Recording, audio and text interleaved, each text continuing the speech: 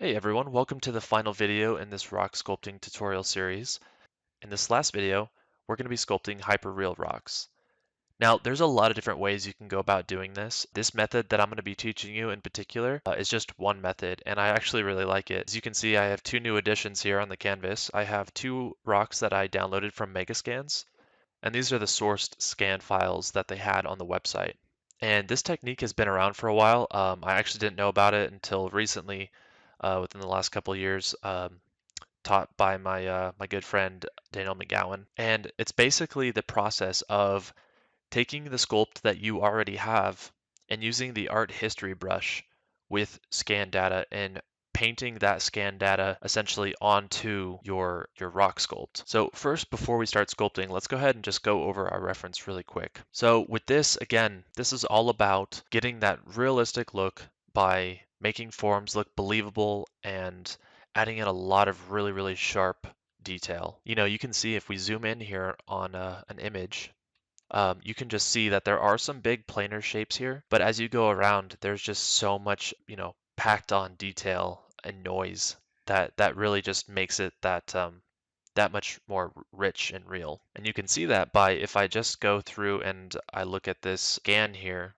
from Megascans, there's so much detail and it's just really awesome. And so we're gonna just try to capture as much of this as we can in our sculpt. We'll make it look believable because there's nothing more realistic than realism. So just like we did before, I have the sculpt from the last video, and what I'm gonna do is I'm gonna just take this and use this simply as the template for the realistic rock. So I know the video is called, sculpting a realistic rock, which we still will sculpt on top of this, just like we always do. I know a lot of people can be hesitant to use this method because it can be considered, they might think of it as cheating, which I used to do, but trust me, it is not cheating. It is using your resources to your advantage. Now, this technique is actually very simple. It requires only one brush.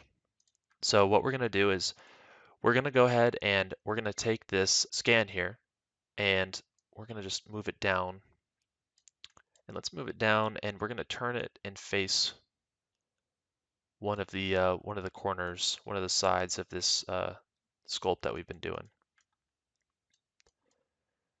So if we look at what we already have, we can see that we have some planar detail here. We got some sculpted detail, a little bit more noise. So what I'm basically going to do is use this rock, the scan rock, to just basically replace some of the detail that I've already sculpted.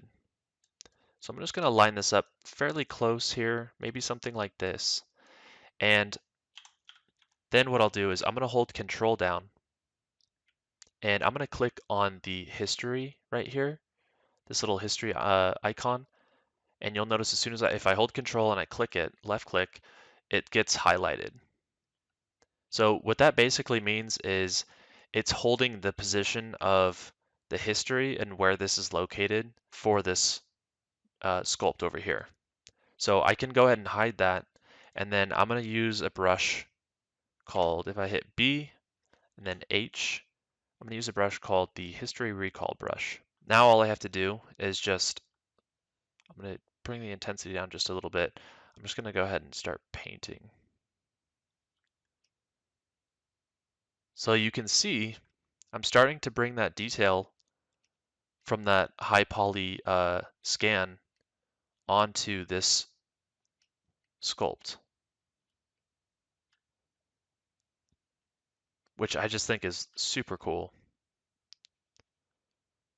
And the nice thing about this is that you can sort of just paint some detail on here.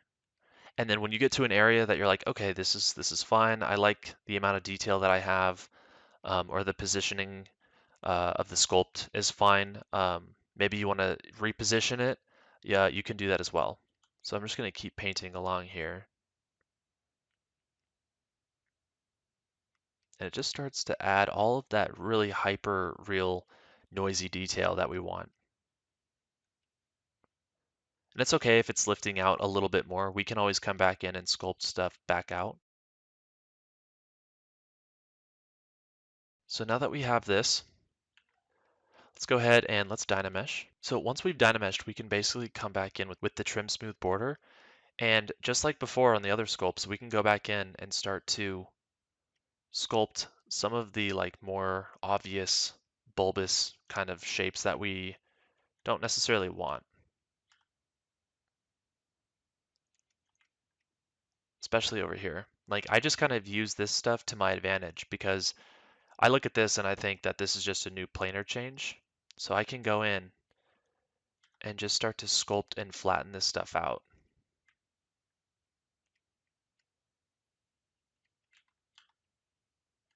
And just, this stage, what I'm worried about, what I'm concerned about is just blending this into the original rock that we have.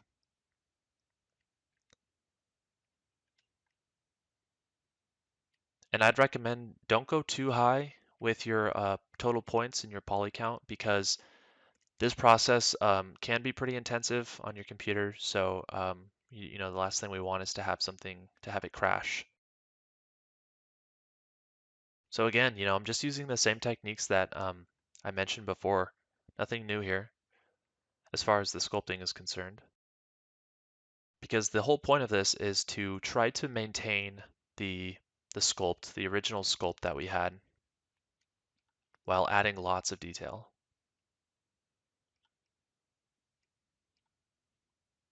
Now, a good way to try to blend in the sort of sculpted detail that I'm doing right now with the scan data is to use alphas. A good example of that, if you look down here, where we have this nice crisp detail, and then it goes into this sort of like flat, area that there's no detail here. So what we can do is the alphas that I mentioned before, which I'll make sure to link where you can get them. Let's go and we'll just use like a cliff alpha here. Could be anything really. I'm not going to be too picky about it. And what I can do is I'll just stamp down this alpha. Notice how I'm stamping it on top of the scan data and also on top of this area to help blend it. Just like that. So now if you kind of just zoom out, like I'll even do it over here,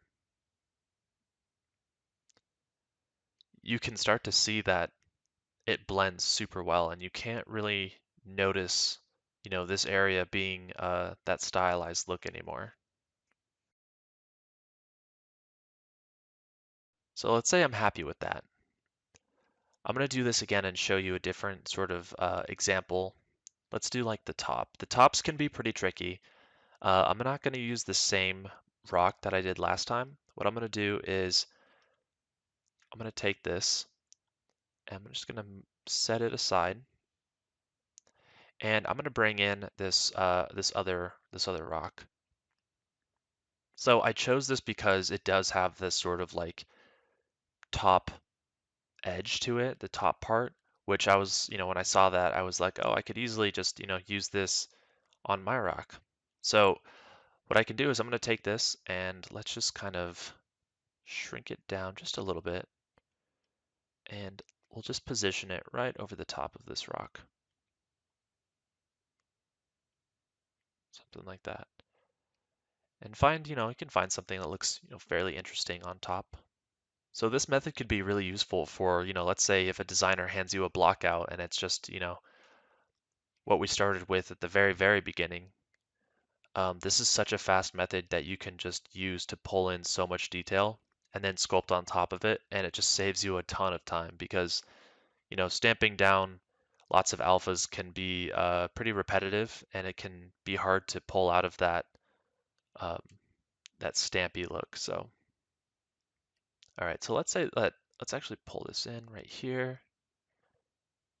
Maybe something like this will do. And it might take a couple of tries, right? Like this isn't an exact science.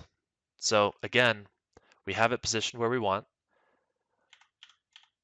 So let's go ahead and we'll hold Control and we will left click and make sure that it's highlighted. Now let's go back to our sculpt here and go ahead and solo this. And again, with that history recall will be in the brush palette, but to find it, if you hit B for brush, hit H for history, and it'll be right here, history recall. So let's go ahead and we'll just kind of sculpt on top here. Now I'm going to be really careful not to, paint over this edge here because it'll start to pull out detail onto the side, which we don't want. We just want to kind of go through and sculpt where we had the other mesh. So obviously this isn't going to work for us, this section right here, which is totally fine. So what we could do instead is we can go back, we can take our source file, and we can reposition. And I should mention too, obviously, the reason why that happened, why we didn't get a good um, sort of sculpt right there is because this mesh, there's nothing there, right? So it's not going to paint anything. So we'll go ahead and just reposition this, and we'll put this piece like right here, and that should be good. Now notice when I move this, it still has this little point here because this is where I originally told it to recall from. So if I went back to the sculpt right now and started sculpting, it would paint exactly where I had the sculpt before, where I had the source file before. So what we'll do is we'll hit Control again and click, and that'll go away, and this will be highlighted now. So now we can go to our original rock. Again, I'm not really too worried that it's, kind of bubbling up on the side here because I'll just go through and sculpt that back out. So I could say that I'm pretty happy with this. I'm going to go ahead and Dynamesh this. Now again, with this bulbous side, let's go ahead and we'll just take our trim smooth border and we'll make sure that we sculpt along this edge, and we'll bring back that really nice crisp top that we had.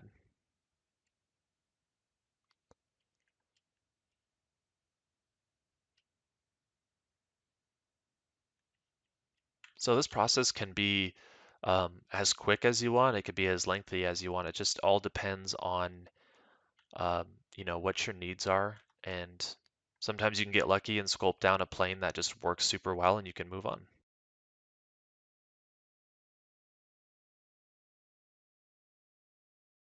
There will be a lot of areas you might have to sculpt back out because sometimes, with the nature of rocks, they can sometimes be sharp, sometimes they can be a little bit rounded. So going through and just making sure that you get the exact look you want with the help of sculpting is really important.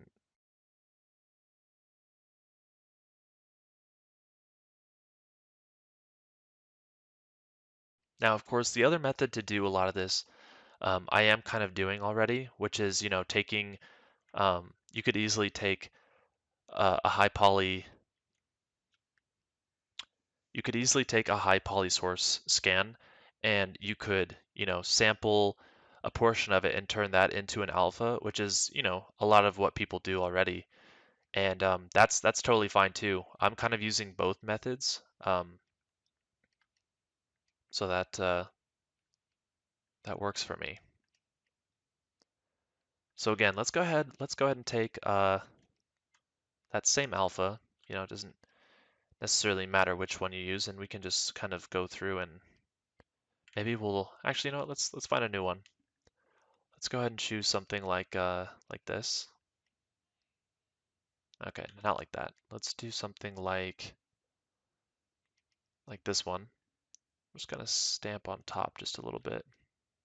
And it's okay to leave certain areas of rest, right? That's gonna be a stylistic choice that I make. Because it's important, again, even with realism, you don't want to, noise everything the same level because then it's going to be really hard to differentiate between the different planes and sides that you have.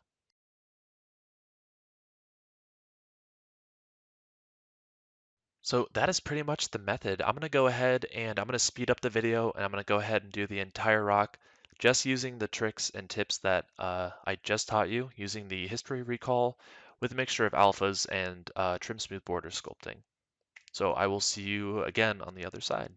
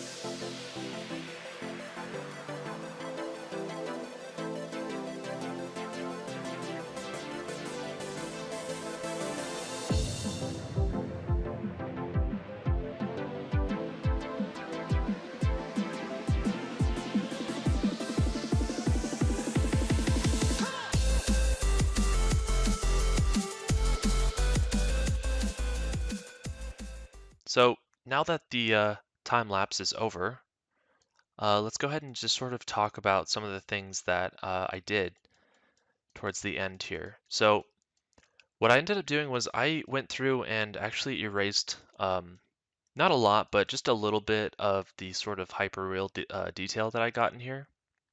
Because again, I'll hit on this a lot is just um, don't pack so much detail to the whole thing is just super noisy. You could probably even reduce this just a little bit more if you wanted to. But for our purposes, this should work. I went through with the orb flatten brush and just kind of went through and just subtly, just sculpted out some of this detail. And that just sort of helps to help rest, give areas of rest. What I did next was I ended up taking the orb rock noise. And because, some areas I didn't actually go through and stamp down with an alpha, and some areas I didn't actually use the art history brush or the history recall brush. So what I did was I took this and I just sort of peppered on sort of that noisy detail just a little bit over the entire thing to sort of help unify everything. All right, so now that the hyper-realistic rock has been sculpted, the last thing that I just wanted to briefly cover was just to look at all of the different rock sculpts that we did throughout this session. Starting with the stylistic rock, we really honed in and sculpted a lot of these planes and, got this block out to a more polished state. And then from there, we just sort of started adding on a little bit more detail and got to that sort of midsection and started focusing a little bit more on leaving our brush strokes there, really focused on the trim smooth border brush and pushing that to its limit. And then finally, we went over the hyper realistic rock. And I have to mention that I actually did have a crash. And so in the video, you'll see the rock that I used. This one's just a little bit different. I had to resculpt it. So just a reminder to save your work. But with this one, we went over and used realistic alphas, and we used the method of the history recall brush, and we were able to sort of put that hyper real detail into the rock. So it's really cool because you can kind of just walk through the stages um, of the different styles of rock that you can do, and you can see that, since we use the same rock, all of these sort of lessons that, I went over and the techniques that I went over, they work for all styles of rock, whether it's very stylized and simple or if it's really realistic. You can use all of these sculpting methods to create whatever kind of rock you want in whatever style you want. So I hope that this was really helpful for all of you, and I hope that you can at least pick up something from this. And thank you so much again. I appreciate you taking the time to watch this. So I hope you all enjoy sculpting rocks, and I will see you next time.